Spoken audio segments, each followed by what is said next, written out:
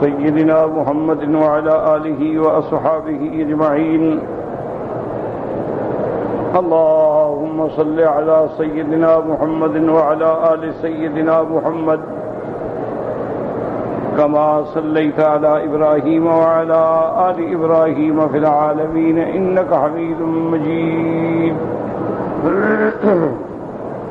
أعوذ بالله من الشيطان الرجيم. بسم الله الرحمن الرحيم.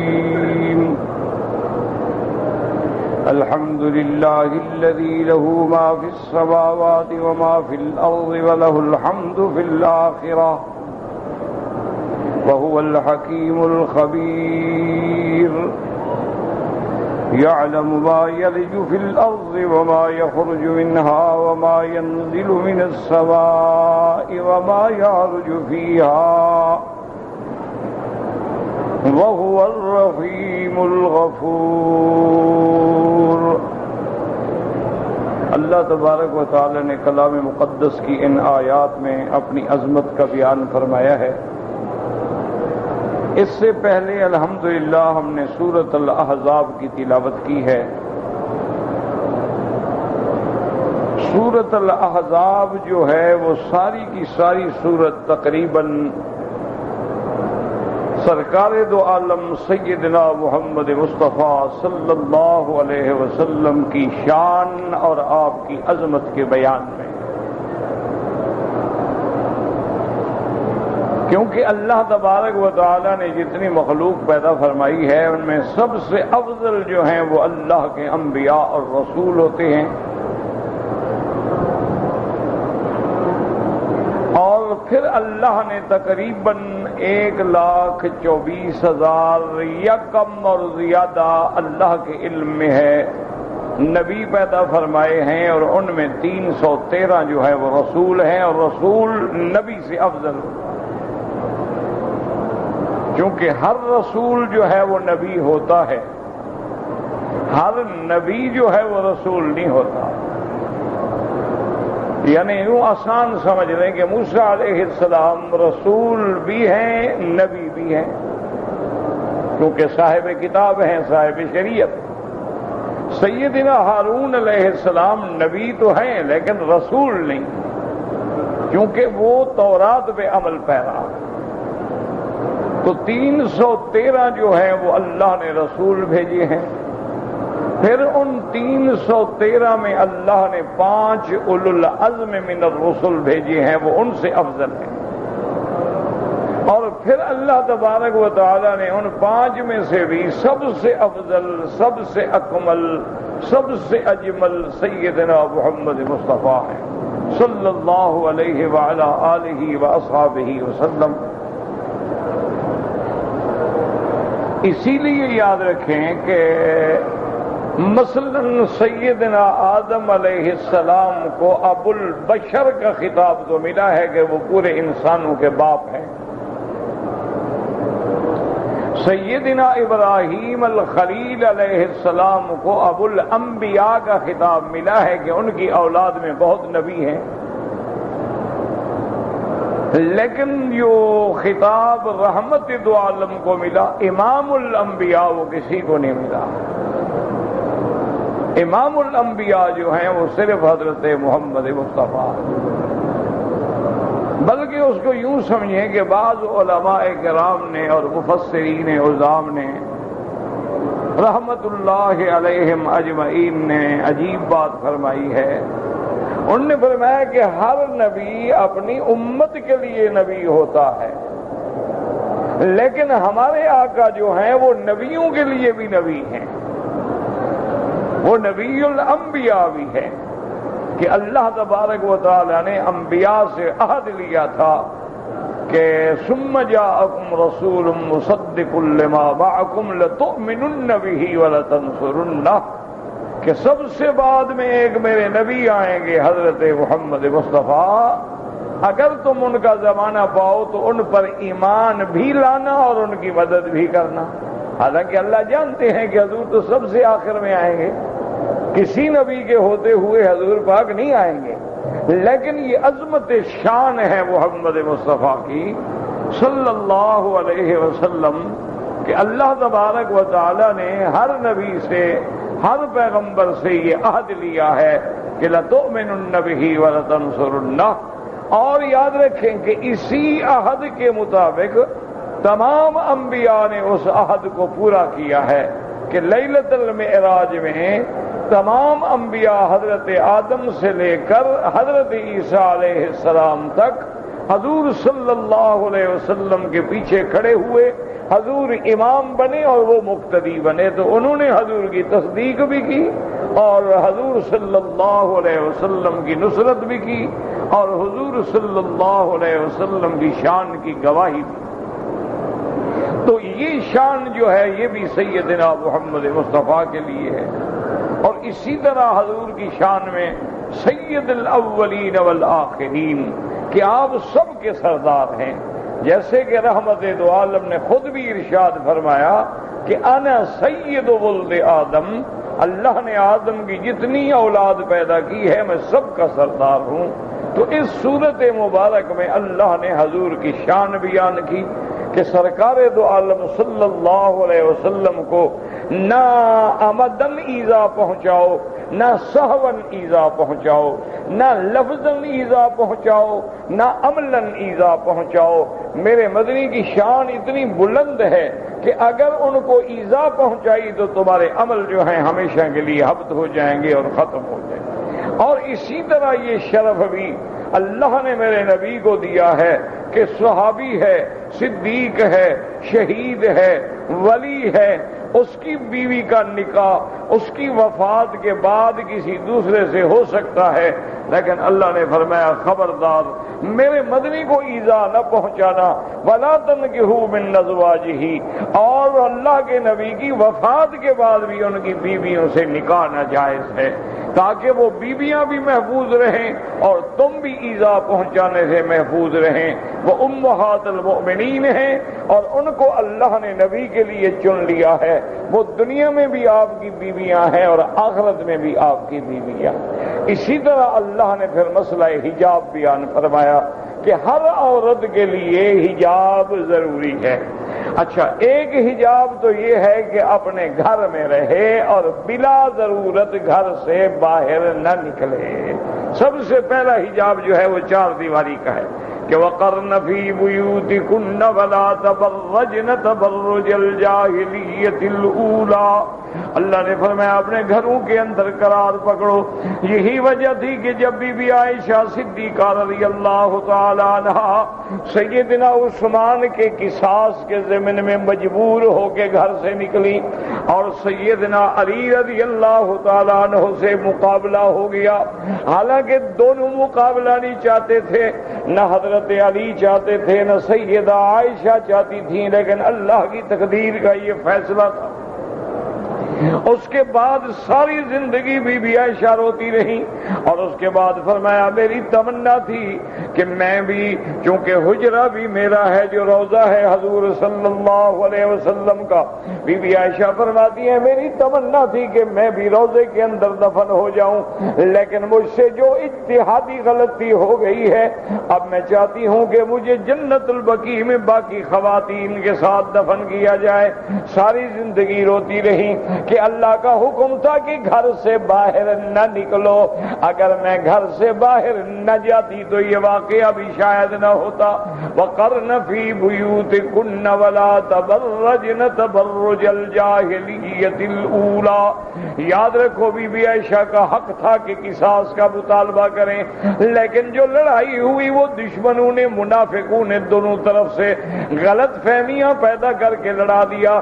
اس لیے اللہ کا فیصلہ ہے کہ چاہے وہ علی کی طرف سے ہیں چاہے بی بی عائشہ کی طرف سے ہیں، جو لوگ بھی شہید ہوئے ہیں کلن وعد اللہ الحسنى، اللہ نے سب کی غلطیاں معاف کر دی ہیں۔ اس لیے فرمایا رضی اللہ اللہ عنہم ورضوا عنہ، میں ان سے راضی ہو گیا ہوں، وہ مجھ سے راضی ہو گئے ہیں۔ تو اس لیے پہلا پردہ یہ ہے کہ عورت بغیر ضرورت کے اپنے گھر سے باہر نہ نکلے، کیونکہ عورت یا بیٹی ہوگی یا بہن ہوگی یا بیوی ہوگی یا ماں ہوگی، اور تو کوئی رشتہ نہیں ہے۔ اگر ماں ہے پھر بھی گھر میں رہے، بہن ہے گھر میں رہے، بیوی ہے بیٹی ہے گھر میں رہے، بغیر ضرورت کے گھر سے باہر نہ نکلے۔ اگر کبھی سفر کرنا پڑے تو بغیر محرم کے سفر نہ کرے۔ اب آپ دیکھیں حج ہے، مردوں پہ بھی فرض ہے عورتوں پہ بھی فرض ہے، لیکن شریعت کا مسئلہ یہ ہے کہ اگر عورت ہے، صاحب نصاب ہے، صاحب دولت ہے، حج فرض ہے لیکن محرم کوئی نہیں، اللہ فرماتا ہے بی بی میرا حج چھوڑ دو لیکن گھر سے باہر نہ نکلو۔ یعنی اس کا دل ذمہ داری ہے کہ فرض چھوڑ دو۔ اب دیکھیں نماز فرض ہے اور جماعت سے پڑھنا افضل ہے کہ جتنی جماعت بڑی ہوگی اتنی اجر بھی بڑا ہوگا، ثواب بھی بڑا ہوگا، کیونکہ جب لاکھوں بندوں کا اجتماع ہوتا ہے تو سارے میری طرح تو نہیں ہوتے، ان میں کوئی اولیاء اللہ بھی ہوتی ہیں، ان کے اندر کوئی رونے والے بھی ہوتی ہیں، کوئی اللہ کے مقبولین بھی ہوتی ہیں، کوئی اللہ تبارک و تعالیٰ کے عباد مقربین بھی ہوتی ہیں۔ اس لیے حکم ہے کہ نماز مسجد میں ادا کرو، جماعت کے ساتھ ادا کرو، مل کے ادا کرو، لیکن عورت کے لیے حکم ہے تم گھر میں نماز پڑھو تو زیادہ افضل ہے۔ وَبُيُوتُهُنَّ خَيْرٌ لَهُنَّ، حضور نے فرمایا تمہارے لیے بہتر ہے کہ گھروں میں، کیوں؟ تاکہ پردہ قائم رہے، تاکہ پردہ قائم رہے۔ حالانکہ اندازہ کریں مدینہ منورہ کا شہر بھی پاک، نبی پاک کا زمانہ بھی پاک، صحابہ بھی پاک، صحابیات بھی پاک، وہ ماحول بھی پاک، وہ معاشرہ بھی پاک، نہ اس معاشرے میں کوئی بے راہ روی ہے، نہ کوئی ڈش ہے، نہ کوئی فلم ہے، نہ کوئی اس قسم کی عریانیت و فحاشی ہے، اور نماز پڑھانے والے خود محمد مصطفیٰ ہیں، لیکن حضور نے فرمایا بیویاں تم گھر میں نماز پڑھو تو افضل ہے، یعنی نبی کے پیچھے بھی نہ پڑھو، گھر میں پڑھ لو زیادہ ثواب ہے۔ وَبُيُوتُهُنَّ خَيْرٌ لَهُنَّ، تو پہلا پردہ ہے۔ اب دوسرا پردہ کیا ہوا؟ اِذَا سَأَلْتُمُوهُنَّ مَتَاعًا فَاسْأَلُوهُنَّ مِنْ وَرَاءِ حِجَابٍ، اور اگر کسی عورت سے کوئی مسئلہ پوچھنا ہے، کوئی گھر کی بات پوچھنی ہے، کوئی چیز لینی ہے، کوئی چیز دینی ہے، انسان ہے، تو حکم یہ ہے کہ پردے کے پیچھے عورت سامنے نہ آئے، وہ پردے کے پیچھے کھڑی رہے، بات کریں گھر کی کوئی بات ہے، بھئی خاوند کو کہہ دینا، فلاں کو یہ کہہ دینا، لیکن پردہ قائم رہے۔ اس لیے یاد رکھیں کہ جتنی صحابہ ہیں جب حضور کی بیویوں کے دروازے پہ آتے، بی بی عائشہ کے پاس آتے، بی بی ام سلمہ کے پاس آتے، بی بی زینب کے پاس آتے مسئلہ پوچھنے کے لیے حضور کی گھریلو زندگی کے بارے میں، لیکن درمیان میں پردہ ہوتا، بی بی پوچھتی من کون ہو میرے بیٹے؟ وہ کہتے میں فلان ہوں۔ اللہ کے نبی کی بیوی ہے، پاک ہے، لیکن حکم ہے کہ نہیں، پردے کے بغیر سامنے نہیں آ سکتے۔ اس لیے حکم ہے کہ اگر کوئی بندہ کسی کے گھر جا کے آواز دے، حضور نے فرمایا دروازے کے سامنے کھڑے نہ ہونا، ایک طرف کھڑے ہونا، اتفاق سے دروازہ کھلے تو تیری نظر نہ پڑے، تو یہ دوسرا حکم ہے کہ پردے کے بغیر بات نہیں ہونی۔ اذا سألتموهن متاعا فاسألوهن من وراء حجاب، اور تیسرا پردہ یہ ہے کہ اگر عورت کو گھر سے باہر جانا پڑے، بیمار ہے باہر جانا پڑ گیا، گھر میں کوئی نہیں، بچے کو اسکول چھوڑنا ہے، گھر میں کوئی نہیں، سودا سلف لانا ہے، گھر میں کوئی نہیں، کوئی بیماری ہے، دکھ ہے، سکھ ہے، تکلیف ہے، گھر سے باہر جانا ہے، حج پہ جانا ہے، عمرے پہ جانا ہے، محرم ساتھ ہے، لیکن وہاں بھی حکم ہے یدنین علیہن من جلابیبہن، اللہ کے نبی نے فرمایا، قرآن نے حکم دیا کہ ایک بڑی چادر ہو جو سر سے لے کر پاؤں تک عورت کو چھپا لے، اور اپنے سر کے اوپر سے کپڑا گزار کے ایسے کھینچیں کہ چہرہ بھی چھپ جائے، اگر ظاہر کرنا ہو مجبوراً تو پھر ایک آنکھ ظاہر کر کے رستہ دیکھ سکتی ہے، بغیر پردے کے باہر نہیں نکل سکتی۔ اس لیے فرمایا یدنین علیہن من جلابیبہن۔ اب یاد رکھو کہ احرام کی حالت میں حکم ہے کہ مرد کے سر پہ کپڑا نہ ہو اور عورت کے چہرے پہ کپڑا نہ ہو، یہ دلیل ہے پردے کی۔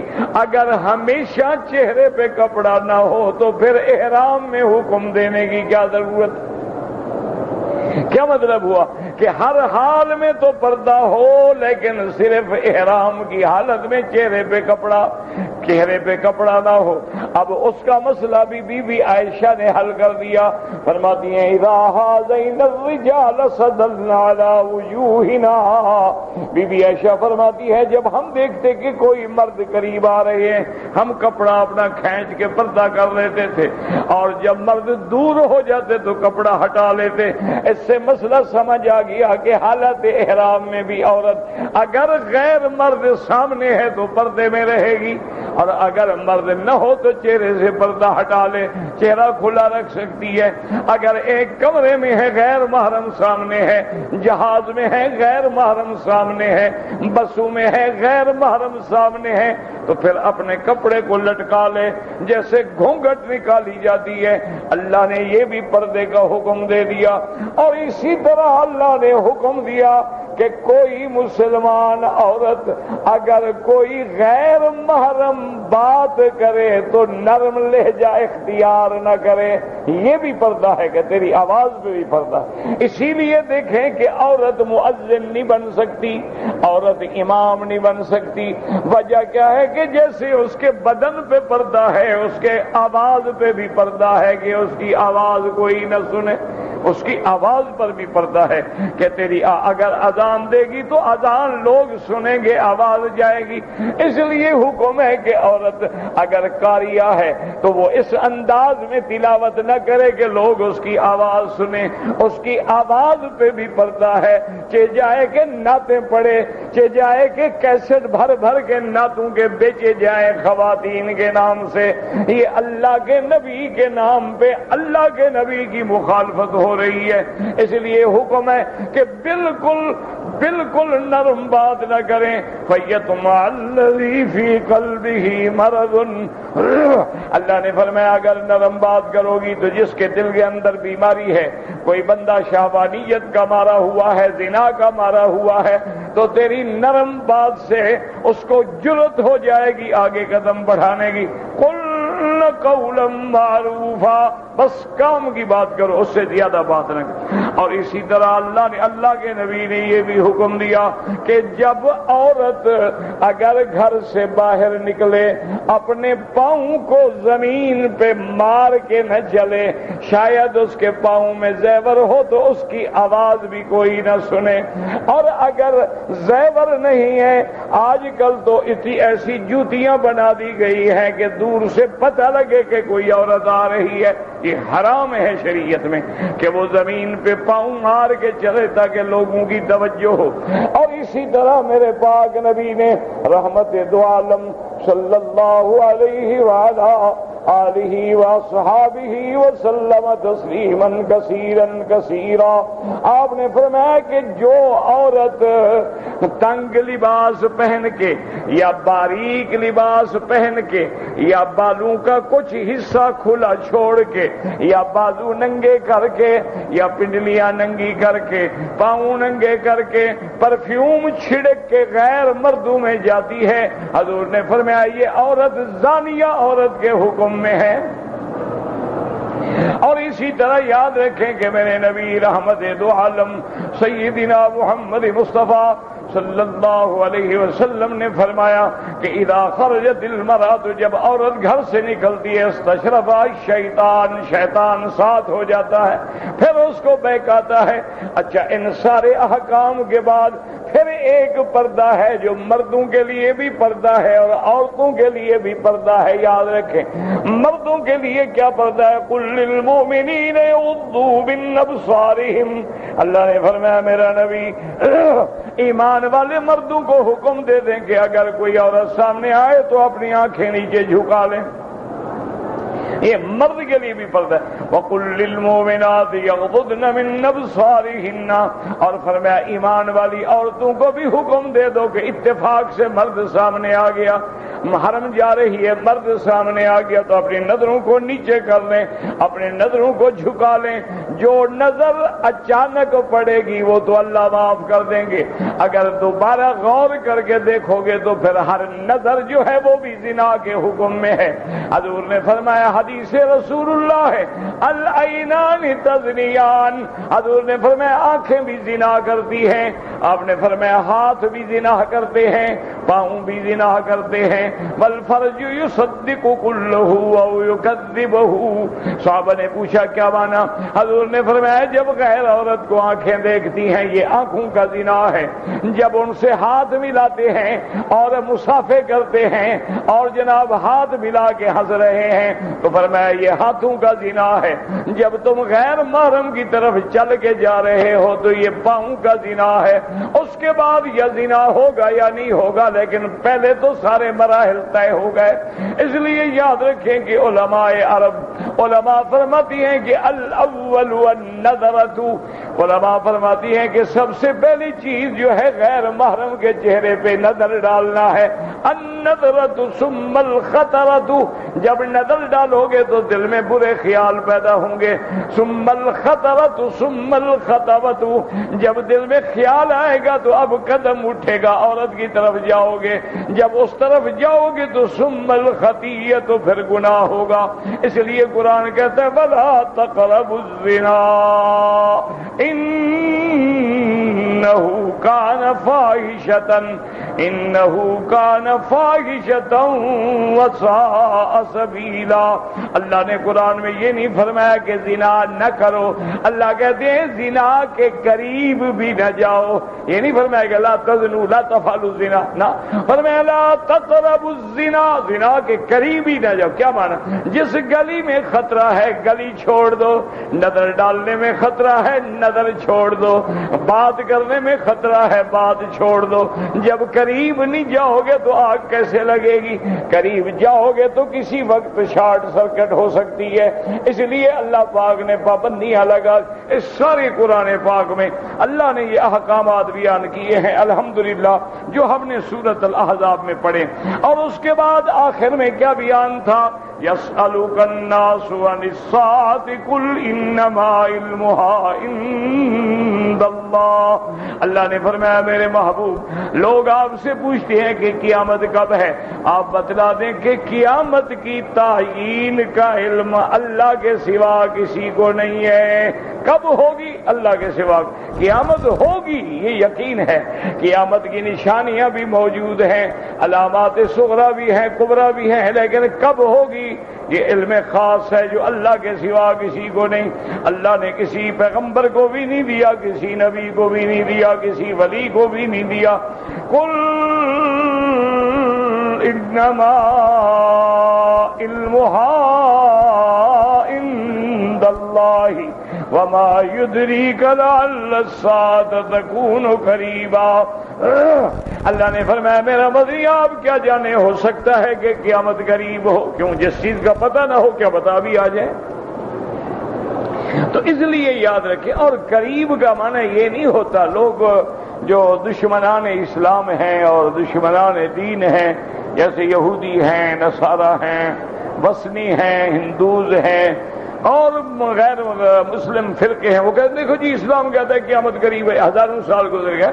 تو یاد رکھیں کہ قریب اور یہ جو پیمانے ہیں ایک مخلوق کا پیمانہ ہے, ایک خالق کا پیمانہ ہے.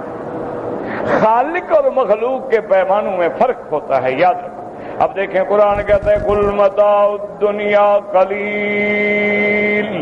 اللہ فرماتا ہے ساری دنیا کی جو نعمتیں ہیں وہ تھوڑی ہیں. اب دیکھیں ساری دنیا کی کتنی نعمتیں ہیں, لیکن اللہ فرماتے ہیں تھوڑی ہیں. اس لیے اللہ یہاں بھی فرماتی ہیں قریب ہے، تو یہ وہ قریب بعید نہیں جو تیرے دماغ میں آیا ہوا ہے، بلکہ یہ وہ قریب اور بعید ہے جو اللہ کے علم کے اندر ہے۔ اس لیے علماء فرماتے ہیں یوں سمجھ لو ہر آنے والی چیز قریب ہوتی ہے اور جانے والی چیز دور ہوتی۔ اب دیکھیں نا، آپ مدینہ شریف جائیں، اللہ نصیب کرے، تو جب آپ مکے سے نکلیں گے تو گویا مدینہ قریب آ رہا ہے نا۔ اچھا جی 1 میل سفر ہو گیا، 2 ہو گیا، 10 ہو گیا، 20 ہو گیا، تو مدینہ قریب اور مکہ دور جا رہا ہے۔ تو دنیا جا رہی ہے اور قیامت آ رہی ہے، تو ہر آنے والی چیز جو ہے وہ قریب ہوتی ہے۔ اور بعض علماء نے فرمایا قریب کا معنی یہ ہے کہ مثلا اگر اللہ نے پوری کائنات کی مدت اپنے علم میں 6000 سال رکھی ہے تو گویا زیادہ گزر گیا، باقی تھوڑا رہ گیا، اس لیے قریب ہے۔ اور بعض علماء فرماتے ہیں کہ قریب کا معنی یہ ہے کہ جب قیامت ہوگی تو لوگ حیران ہو جائیں گے جب ان سے پوچھا جائے گا کتنی زندگی گزاری؟ اللہ میاں کہاں مالا بھی سکھائے، ایک گھڑی معلوم تو ہوتا ہے ایک دن گزارا ہم نے دنیا میں، تو اسی جب فنا ہوگی تو معلوم یہ ہوگا کہ بالکل قریب ہے۔ اس لیے فرمایا وما یدریک لعل الساعة تکون قریبا، لیکن یاد رکھیں اللہ نے نشانیاں بتلا دی، جیسے صفا کی پہاڑی سے ایک جانور نکلے گا، یہ بھی قیامت کی علامت ہے۔ خروج الدابۃ من الصفا، ایک جانور نکلے گا یتکلم، وہ بندوں کی طرح بات بھی کرے گا، تو یہ قیامت کی علامت۔ اسی طرح فرمایا خروج یاجوج و ماجوج، ایک قوم جس کو ذوالقرنین نے بند کر دیا تھا، بند پڑی ہوئی ہے، حضور نے فرمایا وہ یاجوج ماجوج بھی نکلیں گے قیامت کے آنے سے پہلے۔ وہ ایک قوم ہے، ایک مخلوق ہے، اور اتنی تعداد میں ہے کہ دریاؤں سے گزرے گی نا، دریاؤں کا پانی پی جائے گی، اور جہاں کھیتوں سے گزرے گی تو کھیت اجاڑ دے گی، اتنی بڑی مخلوق ہے اور اتنی تیز ہے اور اتنا عدد ہے۔ اور حضرت ذوالقرنین نے ان کو بند کر دیا۔ ایک دن میرے محبوب رحمت دو عالم صلی اللہ علیہ وسلم نیند سے اٹھے اور آپ نے فرمایا ویل للعرب من شر قد اقترب، آپ نے فرمایا عرب کے لیے ہلاکت کا زمانہ آ گیا، وہ شر قریب آ رہا ہے۔ بی بی نے پوچھا کیا؟ فرمایا یاجوج ماجوج نے آج اتنا سوراخ اس دیوار میں کر لیا ہے، ورنہ یہ ہے کہ زمانہ قریب آ رہا ہے ان کے نکلنے کا۔ تو یاجوج ماجوج کا نکلنا جو ہے وہ بھی قیامت کی علامت ہے۔ اسی طرح خروج الدجال، دجال کا ظاہر ہونا جو ہے وہ بھی علامات قیامت میں ہے۔ اسی طرح نزول عیسیٰ ابن مریم، حضرت عیسیٰ ابن مریم کا اترنا جو ہے وہ بھی علامت قیامت میں ہے۔ طلوع الشمس من مغربها، اب سورج مشرق سے طلوع ہوتا ہے پھر مغرب سے طلوع ہوگا، یہ بھی علامت قیامت ہے۔ اور جس دن سورج مغرب سے نکلے گا توبہ کے دروازے بند ہو جائیں گے۔ اس لیے اللہ نے علامات اچھا یہ بھی بتلا دیا کہ وہ جمعہ کا دن ہوگا جب قیامت قائم ہوگی، جمعہ کا دن ہوگا، لیکن کون سا جمعہ ہوگا کوئی پتہ نہیں۔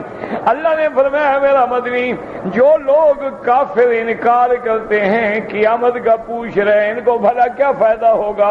ان اللہ لعن الکافرین واعد لهم سعیرا، ان کے لیے اللہ نے جہنم کی آگ بھڑکا رکھی ہے، خالدین فیہا ابدا لا یجدون ولیا ولا نصیرا، یہ ہمیشہ جہنم میں رہیں گے، نہ کوئی ان کی مدد کرنے والا نہ پکار سننے والا، اور قیامت والے دن ان کو چہروں کے بل جہنم میں چلایا جائے گا۔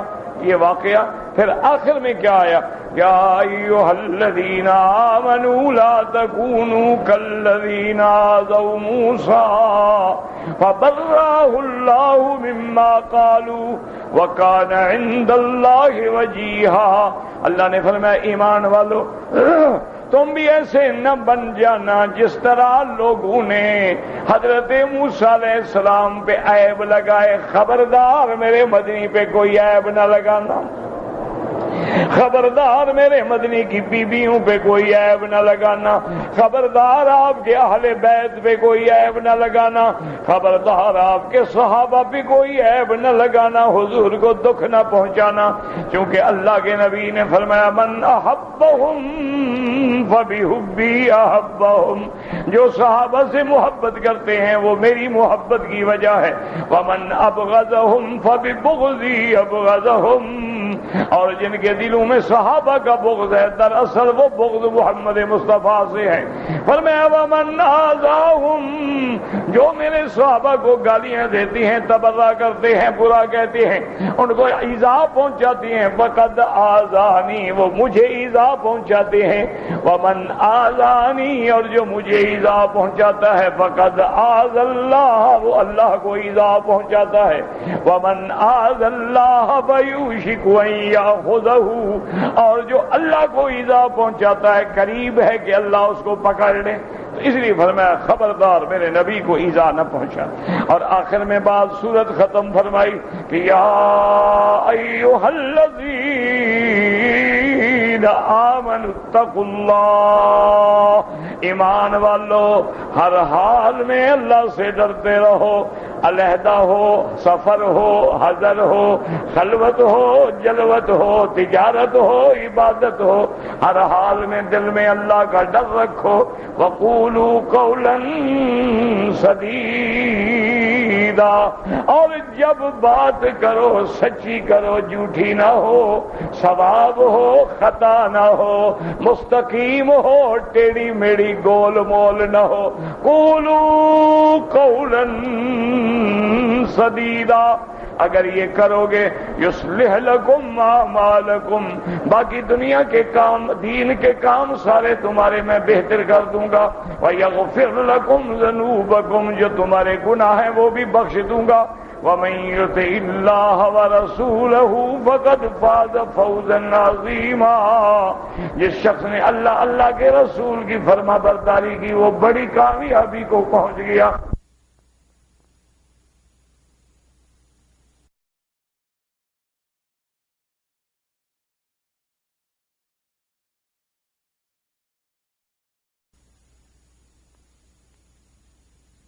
السماوات والارض والجبال، اللہ فرماتے ہیں کہ ہم نے امانت مانا دین، امانت مانا فرائض، امانت مانا شرائع، امانت مانا اوامر نواہی، ہر چیز امانت ہے۔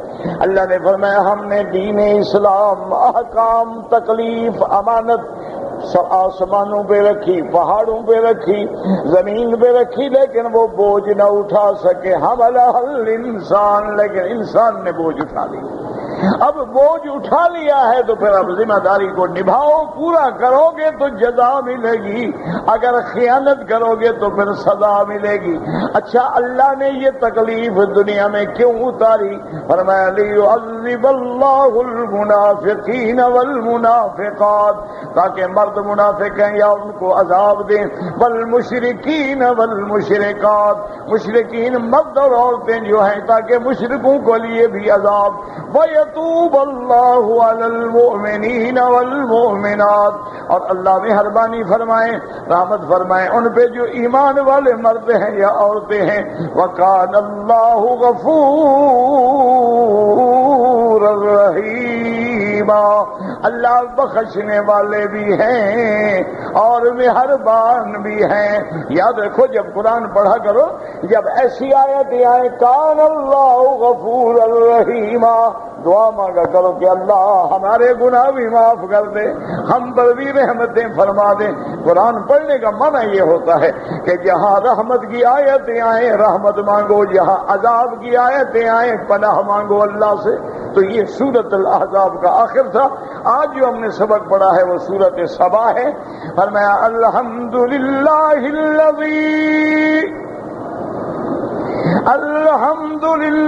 الذی لہ ما فی السماوات وما فی الارض ولہ الحمد فی الآخرہ وهو الحکیم الخبیر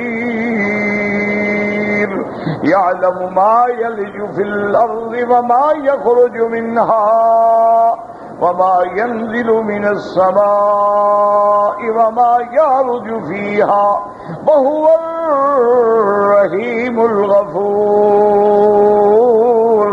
پچھلی آیت میں کیا فرمایا تھا؟ وہ بخشنے والا ہے، مہربان ہے، لیکن کس کو بخشے گا؟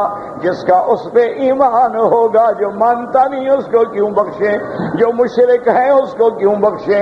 جو اللہ تعالیٰ کو تکلیف پہنچائے اس کو کیوں بخشے؟ اس لیے فرمایا الحمدللہ الذی لہ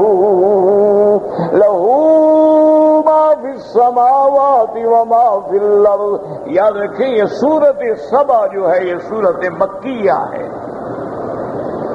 قرآن پڑھتے ہو نا الحمدللہ. آج کل تو آسان ہے کہ ہر سورت سے پہلے لکھا ہوتا ہے کہ مکیہ ہے یا مدنیہ ہے. اس میں بڑے علماء کے اقوال ہیں، ابحاث ہیں، لیکن موٹی بات یاد رکھو کہ جو صورتیں یا جو آیات ہجرت سے پہلے اتری ہیں چاہے جہاں اتریں وہ مکی ہیں. ایک موٹی بات یاد رکھ لیں. اور جو قرآن کی صورتیں یا آیتیں ہجرت کے بعد اتری ہیں وہ مدنی ہیں.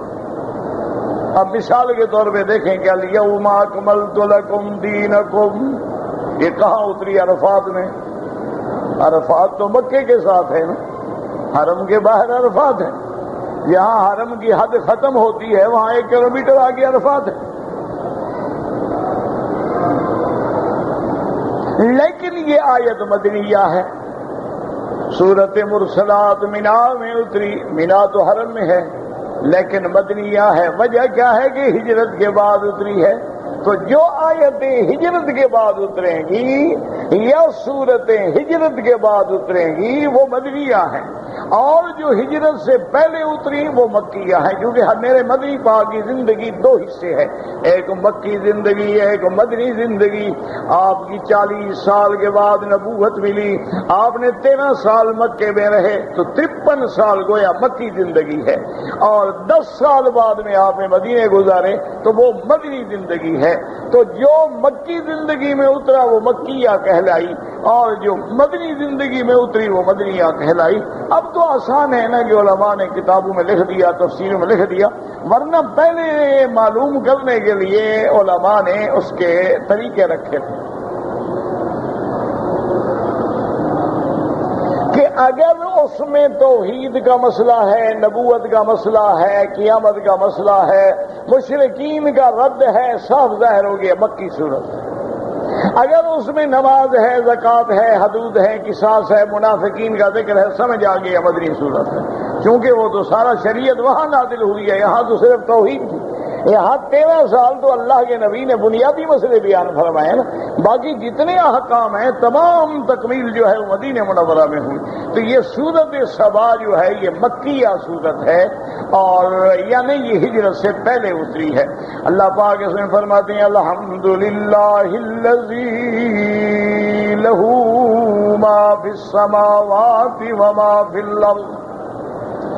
الحمدللہ الذی یعنی تمام حمد و ثنا کس کے لیے ہے؟ تمام حمد و ثنا اس ذات کے لیے ہے. لہو ما فی السماوات وما فی الارض. لام تملیک کا ہے، جو مالک ہے، جس کے لیے ہے جو کچھ آسمانوں میں ہے، جو کچھ زمینوں میں ہے. کس کے لیے ہے؟ جو کچھ آسمانوں میں ہے وہ کس کے لیے ہے؟ اور جو زمینوں میں ہے وہ بھی کہہ دو، کوئی حل ڈر شروع نہیں. کس کے لیے ہے؟ تو پھر پیر کہاں سے لیں گے؟ آسمانوں زمینوں میں جو کچھ ہے وہ تو اس کے لیے ہے، تو پیر کدھر گئے؟ یہ کہاں سے لے آئیں گے؟ آسمان زمینوں کے علاوہ کہیں سے لائیں گے؟ مسلمانوں ہر آیت میں سبق ہے توحید کا، لیکن پھر بھی بندہ مشرک ہو جائے تو بدقسمت ہے. قرآن آیا اسی لیے تھا کہ تمہیں غیروں کی غلامی سے چھڑا کے ایک ذات کے آگے جھکنا سکھا دے. اگر قرآن پڑھ کے پھر بھی تم قبروں کے سجدے کرتے ہو، قرآن پڑھ کے پھر بھی تم غیروں کی نظر نیازیں چڑھاتے ہو، تو مانا یہ ہے تم نے قرآن پڑھا ہی نہیں، قرآن پہ ایمان ہی نہیں لے آئے۔ سارا قرآن کھول لو، ایک ایک سبق، ایک ایک آیت، ایک ایک سورت میں ایک ہی چیز ملے گی کہ ساری کائنات کس کی ہے؟ قل اللہم مالک الملک، کہیں فرماتے ہیں للہ ما فی السماوات وما فی الارض، کہیں فرماتے ہیں لہو ملک السماوات وما فی الارض، کہیں فرماتے ہیں تبارک الذی بیدہ الملک وہو علی، ایک ہی سبق دیا جا رہا ہے۔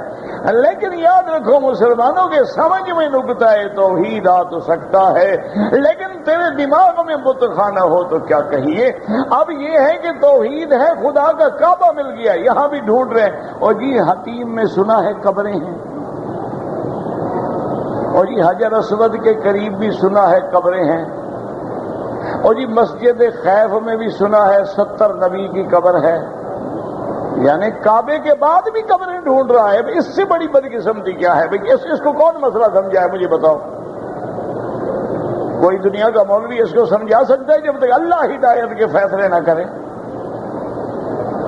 اس لیے اب دیکھیں ایک ایک آیت دیکھیں، حمد اسی کے لیے ہے جس کا ملک آسمانوں میں اور زمینوں میں، وَلَهُ الْحَمْدُ فِي الْآخِرَةِ، اور آخرت میں بھی حمد کس کے لیے؟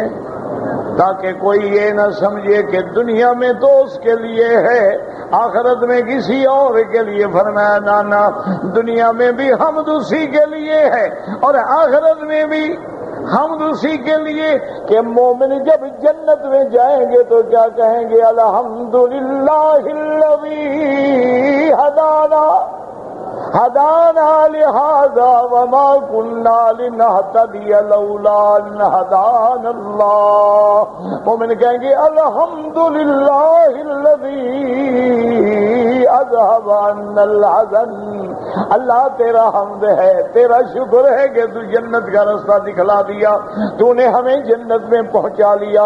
کتنے پڑھے لکھے لوگ، کتنی دولت والے، کتنی نمرود، قارون، فرعون، شداد جہنم میں چلے گئے، ہم جیسے غریب جنت میں آ گئے، تیرا حمد ہے الحمدللہ۔ اس لیے فرمایا وَلَهُ الْحَمْدُ فِي الْآخِرَةِ۔ اور میرے مدنی کی بات سنیں صلی اللہ علیہ وسلم، جب حضور کا نام آئے تو پڑھا کرو نا صلی اللہ، غفلت نہ کیا کرو اللہ کے بندے، جب حضور کا نام آئے تو لازم زبان سے ہر حال میں نکلے صلی اللہ علیہ وسلم، عادت بنا لو، عادت فطرت بن جائے۔ صلی اللہ علیہ وسلم فرماتی ہیں کہ جب ساری دنیا میرے دروازے پہ آئے گی اور کہیں گے کہ آپ ہماری سفارش کریں، حضور فرماتے ہیں میں کہوں گا انا لہا انا لہا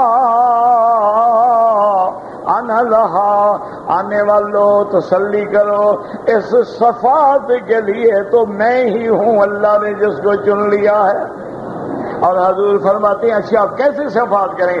آپ فرماتے ہیں میں آؤں گا علمنی محامدہ، علمنی محامد لم یعرفنی الآن، میرا اللہ مجھے اپنے حمد و ثنا کے کلمات اور صیغے بتلائیں گے جو میں اب نہیں جانتا۔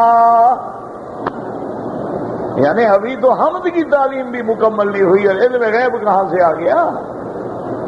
اللہ کا نبی فرماتے ہیں اس وقت اللہ مجھے بتلائیں گے کہ میرا حمد اس طرح کرو، اور ثم یخر لہ تحت العرش سجدا، میں حمد کرتے کرتے عرش کے نیچے سجدے میں گر جاؤں گا اور میں سفارش کروں گا۔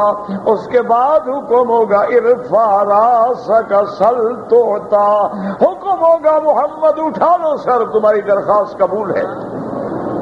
تو وہاں بھی محامد ہے، وَلَهُ الْحَمْدُ وَلَهُ الْحَمْدُ فِي الْآخِرَةِ اور اس کے بعد فرمایا وَهُوَ الْحَكِيمُ الْخَبِيرُ، وہ حکمت والے ہیں، اس کے اقوال میں بھی حکمت، اس کے افعال میں بھی حکمت، اس کی تقدیر میں بھی حکمت، اس کی شریعت میں بھی حکمت، ہر چیز حکمت سے ہے۔ الخبیر، وہ ایسا جاننے والا جس کے آگے کوئی بھید چھپا ہوا نہیں۔ حکمت والا بھی وہ ہے، جاننے والا بھی وہ ہے۔ میرا مولا موٹی موٹی باتیں آپ جانتے ہوں گے، فرمایا نانا یعلم ما یلج فی الارض، وہ تو جانتا ہے جو زمین میں داخل ہو رہا ہے، پانی کا قطرہ زمین میں داخل ہو رہا ہے جانتا ہے، مردہ زمین میں داخل ہو رہا ہے جانتا ہے، ذرہ ذرہ زمین میں جا رہا ہے جانتا ہے، وما یخرج منہا، اور جو زمین سے نکلتا ہے وہ درخت ہے، سبزہ ہے، سبزی ہے، نباتات ہے، معدنیات ہے، وہ تیل ہے، سب جانتا ہے۔ وما ينزل من السماء وما يعرج فيها، اور جو آسمانوں سے اترتا ہے، کیا مانا؟ جو پانی اترتا ہے، جو بارش اترتی ہے، جو فرشتے اترتے ہیں، جو رحمت اترتی ہے، جو احکامات اترتے ہیں، کون جاننے والا؟ وما يعرج فيها، اور جو آسمانوں میں جاتے ہیں، ملائکہ چڑھتے ہیں، ہمارے اعمال صالحہ چڑھتے ہیں، مومنین کی روحیں چڑھتی ہیں، وہ بھی جانتا ہے۔ وَهُوَ الرَّحِيمُ الْغَفُورُ، اب بندہ ڈر جاتا ہے کہ جب سب جانتا ہے تو خدا جانے میرا کیا حال ہوگا، میں تو بڑا گندا ہوں، میری زبان گندی، عمل گندے، قول گندے، افعال گندے، میں تو اندھیری میں چھپ چھپ کے پتہ نہیں کیا کرتا ہوں۔ اللہ نے فرمایا میرے بندے ڈر تو نہ، توحید پہ قائم رہے، رحمت والا بھی وہ ہے، بخشنے والا بھی وہ ہے۔ اللہم ارحمنا واغفرنا، یا اللہ ہم پہ بھی رحم فرما دے اور مغفرت فرما دے اور عالم اسلام پہ رحم فرما دے۔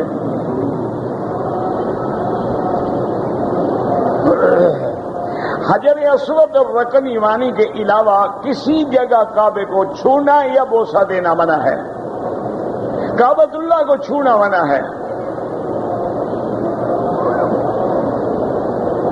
اگر کوئی آدمی اپنا عمرہ کرنے کے بعد اپنے رشتہ دار کے لیے جو فوت ہو گئے عمرہ کرے، بالکل جائز ہے، عمرہ کرے، حج کرے، طواف کرے۔ اسی طرح اگر وہ اپنے اقارب و رشتہ داروں کو ثواب پہنچاتے ہیں، بالکل اللہ پہنچائے گا۔ اگر ایک عورت ایام حیض میں ہے، اگر ناخن کاٹے جائز ہے، کوئی بات نہیں۔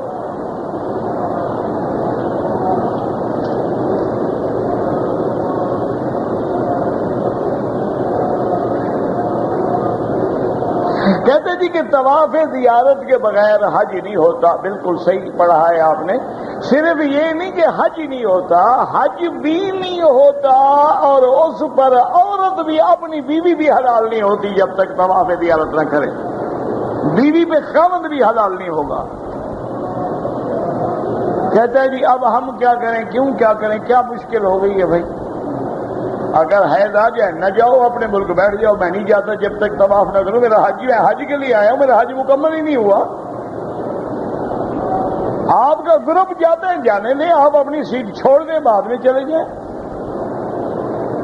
دوسرا طریقہ یہ ہے کہ میری بہنیں، میری بیٹیاں کسی اچھی لیڈی ڈاکٹر سے مشورہ کر کے، بغیر مشورے کے نہیں، اپنے عقل سے دوائی نہ لینا، لیڈی ڈاکٹر سے مشورہ کر کے دوائی لے لے تاکہ ان دنوں اس کو حیض آئے ہی نہ، جان چھوٹی، خطرے ختم۔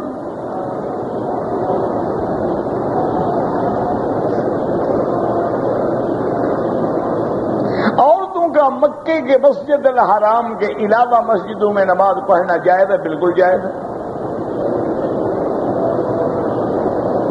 نماز جنازہ عورتوں کے لیے، یعنی یہ نہیں ہے کہ گھر سے جنازہ پڑھنے آئے، اگر حرم میں بیٹھی ہے پڑھے گی، نماز کسوف ہے، جنازہ ہے، یہ سب پڑھے گی۔ کوئی عورت اگر اپنے گھر میں اعتکاف کرنا چاہے تو ایک کمرے کو مسجد بنا لے، پھر وہاں بیٹھ جائے۔ فجر اور عصر کی نماز کے بعد حنفی مسلک میں یہ ہے کہ کوئی نماز نہ پڑھے جب تک سورج نہ نکلے یا جب تک سورج غروب نہ ہو جائے. باقی ائمہ کے نزدیک حرم میں جائز ہے، باہر ان کے نزدیک بھی جائز نہیں ہے. حرم میں وہ کہتے ہیں اجازت ہے. اصل بات سمجھ لو کہ جھگڑے میں نہ پڑو. اگر فجر کے بعد تمہاری نیت ہے میں طواف کروں گا، میں اشراق پڑھ کے جاؤں گا، تو 2 رکعت نہ پڑھو، جب سورج نکلے بعد میں پڑھنا. اور اگر قافلہ جا رہا ہے، مدینے جانا ہے، کوئی مجبوری ہے، پڑھ کے چلے جاؤ، کوئی کفر اسلام کا جھگڑا تو نہیں ہے یہ.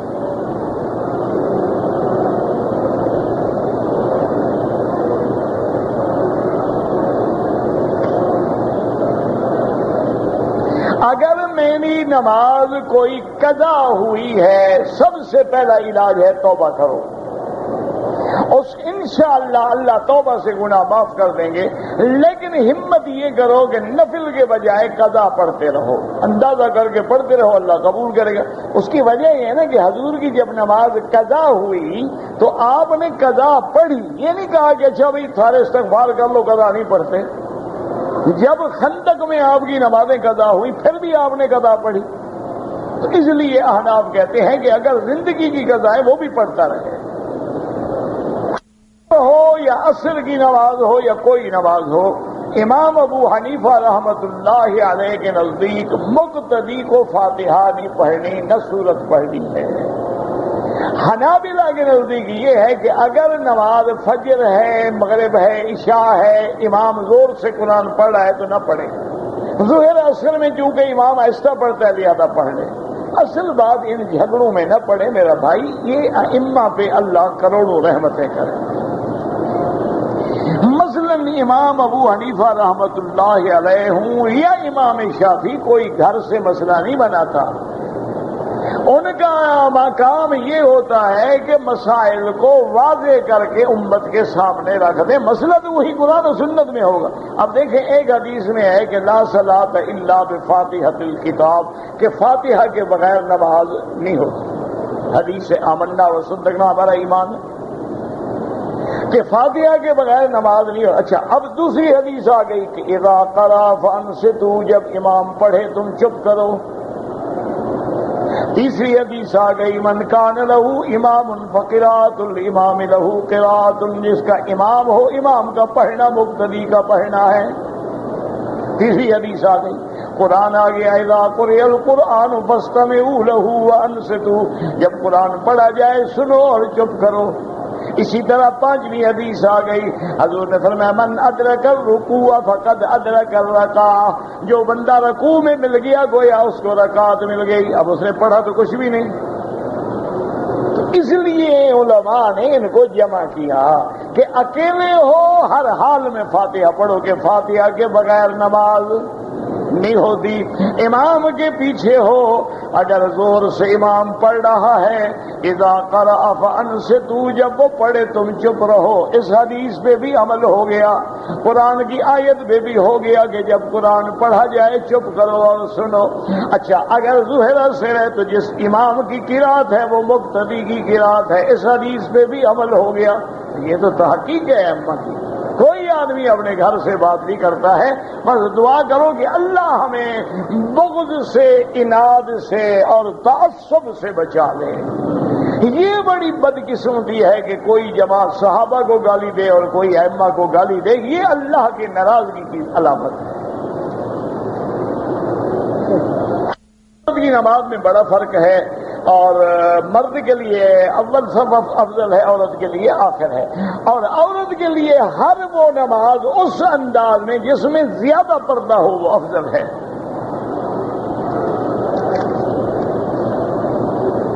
آج کل بس یہی مسئلے رہ گئے ہیں امت کو لڑانے کے لیے، اور بھی کوئی دنیا مسئلہ ہے.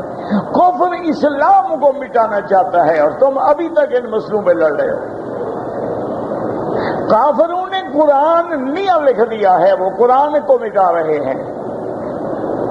انہوں نے قرآن نیا لکھ دیا الفرقان کے نام سے کہ یہ قرآن نعوذ باللہ غلط ہے، اب اس کی ضرورت ہے. اور کفر جب نعوذ باللہ کسی ملک پہ حملہ کرتا ہے، ایمان سے کہیں، وہ پوچھتے ہیں کہ تم جناب حنفی ہو، شافعی ہو، مالکی ہو، حنبلی، اس کے نزدیک مسلمان ہیں، جو بھی ہے مٹا دو.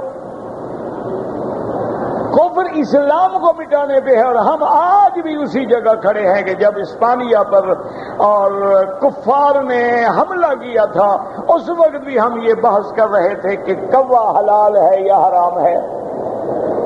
کوے کی کتنی قسمیں ہوتی ہیں، جنگلی کوے میں کیا فرق ہے، شہری کوے میں کیا فرق ہے، غراب الابیض کون سا ہے، غراب الابلق کون سا ہے، غراب الاسود کون سا ہے، آج بھی پھر انہی بحثوں میں ہم پڑے ہوئے ہیں۔ انا للہ و انا الیہ راجعون۔ خدا کے لیے دشمن تو نام اسلام کا آ جائے وہ کہتا ہے دہشت گرد ہے، وہ کہتے ہیں انتہا پسند ہے، وہ کہتے ہیں دیکھو جناب یہ ضدی ہیں، یہ دوسروں کے دشمن ہیں، کسی کو جینے نہیں دیتے ہیں، اس لیے ان کو کچل ڈالو۔ اب دیکھیں یہود اور نصارہ کی شروع ہو گئی جو ایک دوسرے کو، حالانکہ نصرانی عیسیٰ علیہ السلام کو خدا سمجھتا ہے اور یہودی کے نزدیک عیسیٰ علیہ السلام نعوذ باللہ ولد زنا ہے، یوسف النجار کا بیٹا ہے۔ اس کے باوجود وہ اکٹھے ہو گئے، مسلمان اکٹھا نہیں ہوتا۔ مسجدیں بھی الگ ہیں، نمازیں بھی الگ ہیں، اور جناب سپیکر بھی الگ ہیں، صلاۃ السلام بھی الگ ہیں، اب ماشاءاللہ پگڑیاں بھی الگ ہیں، پگڑیوں کے رنگ بھی الگ ہیں۔ انا للہ و انا الیہ راجعون۔ دعا کرو اللہ عالم اسلام پہ رحم فرمائے۔ مسلمانوں تم تو خوش نصیب تھے، تمہارا خدا ایک، تمہارا مکہ ایک، تمہارا مدینہ ایک، تمہارا کعبہ ایک، تمہارے عرفات ایک، تمہارا حج کا ترانہ ایک، تمہارا احرام کی چادریں ایک، تمہیں تو ہر چیز میں ایک امام کے پیچھے 5 دفعہ کھڑا کر کے وحدت کا سبق پڑھایا گیا اور تم تفرقوں میں ڈوب گئے۔ یہ تو افضل غیر افضل کے مسئلے ہیں۔ ایک آدمی نے عصر کے بعد طواف کیا، 2 رکعت نہیں پڑھی، مغرب کے بعد پڑھ لی، کیا ہو گیا؟ کسی نے پڑھ لی تو کون سا کفر آ گیا، اسلام ٹوٹ گیا؟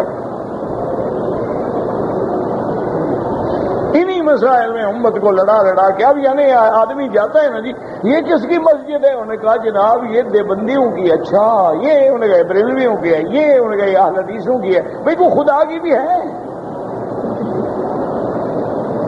مسجدیں تو اللہ کا گھر تھی نا، وہاں تیری میری کا کیا مانا؟ لیکن مجال ہے کہ کسی کو آنے دیں، اسی کام پہ لگا ہوا۔ اچھا جی وہ سنا ہے کہ جناب حضرت عائشہ اور حضرت علی کی جو لڑائی ہوئی تھی، وہ زمانہ گزر گیا، ہم سے قبر میں نہیں پوچھا جائے گا، کیا ضرورت ہے پوچھنے کی؟ اللہ ان سے راضی ہو گیا، وہ گزر گئے رضی اللہ عنہم ورضوا عنہ۔ اچھا اگر ہم بحث بھی کر لیں تو فائدہ کیا ہوگا؟ اگر ہم علمی زور لگا ڈالیں جناب، نتیجہ کیا ہوگا؟ نتیجہ یہ ہوگا کہ ایک انگریز نے کلمہ پڑھا، کچھ عرصے کے بعد وہ اتنا کنفیوژن ہو گیا، پریشان ہو گیا کہ اس بیچارے کو اخبار میں لکھنا پڑا کہ یار میں کفر چھوڑ کے اسلام میں آیا ہوں، لیکن یہ کہتے ہیں تم کافر ہو، وہ کہتے ہیں تیری نماز نہیں، وہ کہتے ہیں تیرا روزہ نہیں، وہ کہتے ہیں تیرا حج نہیں، میں کدھر جاؤں؟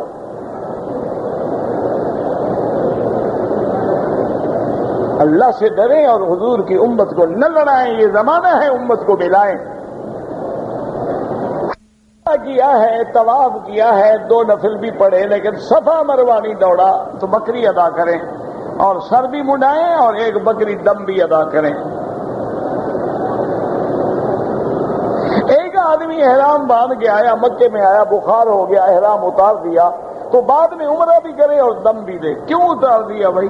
اسی کپڑے لیٹ گئے، اسی چادر میں لیٹے رہو، کمبل اوپر ڈال لو۔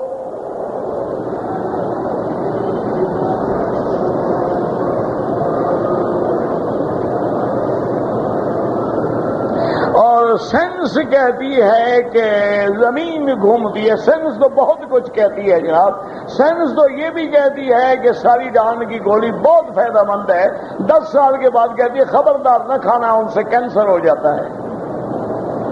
میں سائنس کی بات مانوں یا قرآن کی بات مانوں؟ سائنس تو کہتی ہے زمین گھومتی ہے، سورج چاند تارے نہیں گھومتے، پھر سائنس والوں نے ہی کہا ہے سورج چاند گھومتا ہے، زمین نہیں گھومتی۔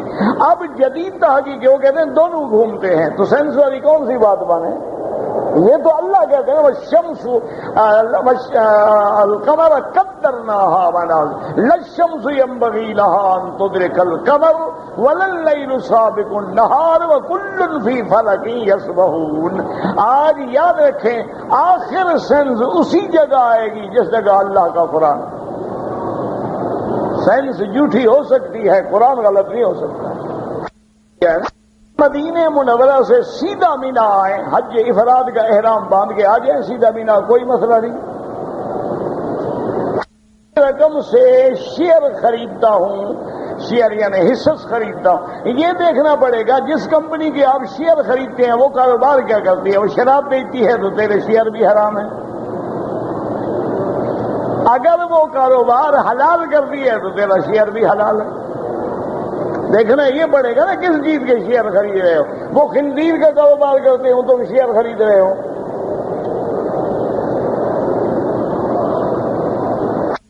سے لپٹنے کا کوئی حکم نہیں، ملتزم پہ سینہ لگائیں موقع ملے. اگر ایک آدمی کا نماز یا طواف میں وضو بار بار ٹوٹ جاتا ہے، ایک دفعہ وضو کر لیں اور کرتے رہیں، ٹوٹ گیا تو کوئی حرج نہیں. قربانی خود کریں یا کسی آدمی اگر اعتبار والا ہو پیسے نہ دینا، اس کو کہنا اپنے ہاتھ سے ہمارے سامنے کرو پھر پیسے دیں گے. 50 ریال زیادہ لے لو لیکن کرو ہمارے سامنے. کیونکہ یہاں ماشاءاللہ ہماری برادری جو آئی ہوئی ہے نا یہاں، وہ سارے گناہ حج میں بخشوا لیتے ہیں لیتے ہیں لیتے ہیں لیتے ہیں لیتے ہیں لیتے ہیں لیتے ہیں لیتے ہیں لیتے ہیں لیتے ہیں لیتے ہیں لیتے ہیں لیتے ہیں